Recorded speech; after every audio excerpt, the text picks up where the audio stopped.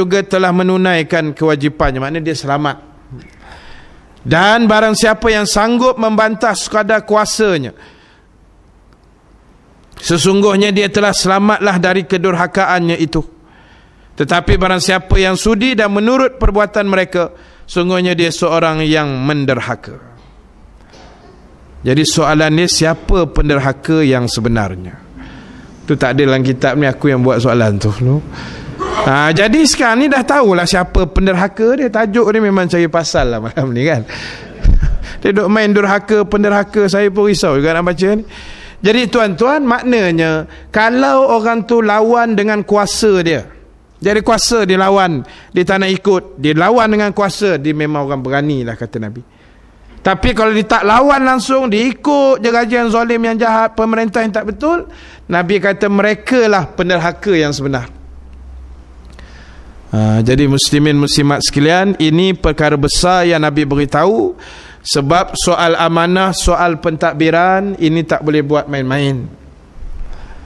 Alhamdulillah semua tuan-tuan dah mengetahui, hampir keseluruhan masjid dan negeri Selangor ini telah dibuat pemilihan.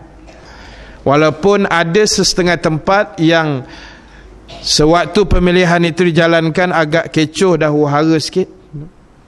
Sebab ada niat jahat pihak-pihak tertentu yang teringin nak mengambil masjid dengan niat yang tidak betul. Banyak kes yang saya dapat.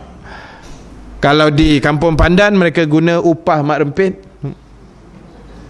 Tengah baru start meeting masjid Kampung Pandan tu, tuan tengok besar masjid tu. Orang hotel lama, orang lama-lama banyak kat situ kan. Jadi baru start meeting, laman dia besar macam Masjid Syakirin, Masjid Amania tu. Macam tu lah lebih kurang. Masuk budak motor puluh-puluh biji ni buat memekak dalam tu, berasap-asap masjid. Diupah. Lepas tu masuk pula budak-budak ni, tertib, buka topi, buka kasut. Nasib baik dalam mesyuarat tu ada wakil JAIS. Tanya ni ramai-ramai nak buat lawatan ke mana ni? Tak pernah nampak muka datang masjid, tiba-tiba pula hari tu sampai. Tak, dia kata kami tak puas hati ni. Pasal apa tak puas hati? Kata pegawai JAIS, kami tak daftar sebagai ahli Korea. Yalah, entah dia pun duduk mana pun tak tahu kan. Memanglah tak daftar. Tapi kami nak mengundi tapi tak boleh. Tak puas hati ni. Tak apa, pegawai JAIS kata duduk elok-elok, ambil soh elok-elok, duduk. Kita mesyuarat sama-sama. Sagi masa mengundi kang, angkatlah tangan, saya benarkan, kata pegawai JAIS ni. Bijak pegawai ni, dia tak nak bagi kecoh-kecoh kan. Dia nak selesaikan hari tu, boleh ngundi. Kau nak angkat dua tangan dengan kaki sekali pun tak apa, boleh. Kalau nak sangat, masuklah, duduk dia, puak-puak ni. Tak mau datang ceruk, tak pernah tengok kan. Masa mengundi, angkat tangan, puak dia je angkat budak-budak motor ni. Tapi Alhamdulillah kalah juga. Kalah juga pasal niat tu tak betul. Semalam saya kuliah Bukit Buntung, macam tu juga cerita dia. Tu nyari nak bertumbuh, kan, tu baru pegang masjid, belum pegang esko lagi, baru masjid baru, kecil baru ujian dia dah kita buat jadi tak ketahuan. Jadi tuan-tuan, kita nak perkemaskan balik soal amanah. Selalu saya sebut di mana-mana kuliah saya, satu hari seorang Arab Badui datang jumpa Nabi, ya Rasulullah, mata sa'ah. Selalu saya suka baca hadis dia. Arab Badui ni datang jumpa Nabi, wahai Rasulullah, bila nak kiamat? Arab Badui. Saya pernah cerita dulu, Arab Badui ni jenis manusia yang kurang budi bahasa, kurang adab, kurang sopan santun lah kita katakan. Jumpa Nabi terus tanya, bila nak kiamat? Sepatutnya tanyalah khabar dulu. Wahai Rasulullah, apa khabar, daripada mana, nampak letih sangat ni, dah makan ke belum? Minta maaf Rasulullah, nak tanya sikit, bila nak kiamat ni? Nampaklah tertib sikit kan. Ni tak, Rasulullah, bila nak kiamat? Cara tanya macam nak standby je.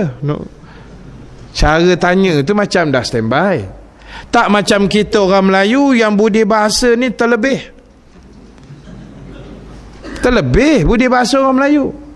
Nampak jiran tengah sidai baju, tengah menyidai ke makcik? Sebaik dia tak jawab tengah main golf ni. Tidak, buat malu je kan. Dah nampak kawan tu menyidai, lagi dia tanya je. Kan terlebih sopan santun orang Melayu. Jadi tuan-tuan, walaupun Arab Badui ni kurang adab dia, tetapi kita boleh respect dekat dia sikit. Pasal dalam tak beradab tu, otak dia duk ingat kiamat. Dalam tak beradab tu, otak dia ingat kiamat. Kita yang mengaku bertamadun, maju Islam lah apa benda, yang kata kiamat, mati pun tak ingat. Teruk pada Arab Badui. Ustaz tengah mandu ke apa boleh bercakap sekejap, tak apalah tu.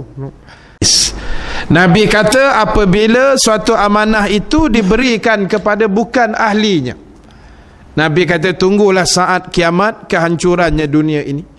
Bila amanah diserahkan pada yang bukan ahli, Nabi kata tunggu saat kehancuran dunia ini. Jadi tuan-tuan, sebab itu amanah yang nak dipikul ni bukan senang. Orang yang nak memikul amanah, terutama masjid, nazir-nazir masjid di Gombak ni, alhamdulillah lah, hampir semua nazir tu ustaz saya tengok. Hampir ke semua calon-calon nazir di area Gombak. Cuma khairiyah saya tak pasti lagi, tu dia ada lihat sikit lah, sikit aja. Jadi tuan-tuan, tapi majoriti yang saya dapat laporan tu alhamdulillah lah, daripada Greenwood, kemudian Simpan 3, Batu 8, Sungai Cincin semua kan, sampailah Syakirin, insya-Allah lah. Jadi tuan-tuan, ini amanah. Orang yang pegang amanah ni mesti orang yang baik, mesti orang beriman. Kalau nak pegang masjid mesti orang beriman. Tak boleh nama je datang dengan muka tampal kat dinding, orang tak sampai-sampai. Tak boleh. Muka sengih kat dinding carta organisasi tu, orang tak mana-mana pun tak tahu. Sini tak adalah. Ni saya cerita akan datang nanti, jangan buat macam tu. Kan? Jadi mesti kena datang selalu, semayang berjamaah, akhlaknya kena baik, perangai kena elok. Tuan-tuan, macam mana saya baca dalam banyak artikel, hampir 90% rakyat Perak sayang dekat MB Nizar pasal akhlak dia. Tak pernah tengok muka dia masam? Tanya tu dulu, pernah tengok ke muka dia masam keluar TV ke dalam surat khabar ke? Tak pernah tengok muka dia masam. Lepas meeting tak dah nak bekerja beli nasi bungkus je, nasi bungkus. Tuan pun dengar ceramah hari tu kan, dia mewah. Pagi-pagi solat duha dulu di rumah, lepas tu masuk pejabat, sembahyang hajat dulu 2 rakaat, minta Allah tolong. Pemimpin baik macam tu yang kita buang, susah lah. Nak cari ganti bukan senang. Boleh khutbah, dia yang bacakan talqin almarhum Bukit Gantang yang meninggal hari tu. Boleh jadi imam, boleh berpidato, boleh berhujah, bercakap Melayu, boleh cakap Arab, boleh cakap Inggeris, boleh cakap Cina. Cina boleh cakap, dia ada keturunan Cina dia. Tengok muka dia.